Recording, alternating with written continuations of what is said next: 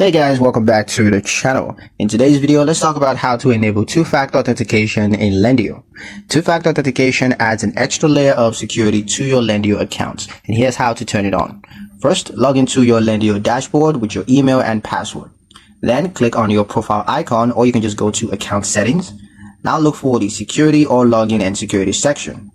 Find the option for two-factor authentication and then click enable. You're going to be asked to choose a method, usually SMS text code or an authenticator app like Google Authenticator or Audi. Now if you pick SMS, you're going to need to enter your phone number and verify it by tapping the code that Lendio sends to you.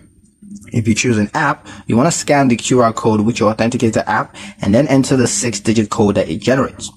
Once confirmed, two-factor authentication will be active for all future logins.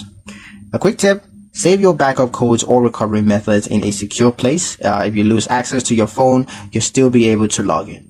That's pretty much it for the video, guys. Hope you liked it. Hope you found the information here useful enough. If you did, like, share, and subscribe for more helpful tutorials. Thank you guys for watching, and I'll see you in the next one.